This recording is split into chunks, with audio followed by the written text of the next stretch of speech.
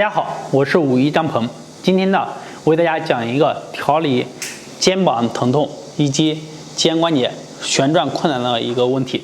很多人呢会有这个问题，有些人这个地方疼的拿不了东西，甚至疼的都能掉眼泪，忍受不了的。没有经历过的可能不知道这个有多痛。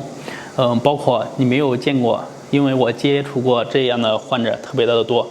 然后真的是很难忍，有的人你把手轻轻的去给他点按一下，稍微触诊检查一下，他就会疼得受不了。那么绕肩呢怎么做呢？大家跟着我一起来做啊。首先把手打开，好，放在我们的肩的这个位置，好。绕肩呢不是转肩胛骨了，这个主要就是活动我们这个肩的这些的位置。好，大家可以看啊，向后1、2、3，轻轻的。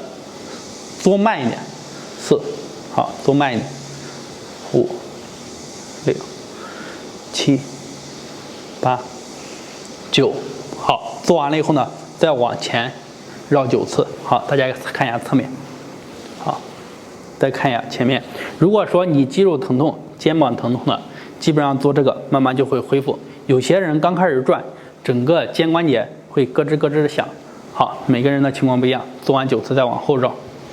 好，这个只是我们把手放在这里。要是你要想再做的话，那我们就把手往前面脖子这个地方放一放，看到吗？脖子这个地方放一放，放一放呢，你就能感受到你这个地方它会拉得稍微紧一点。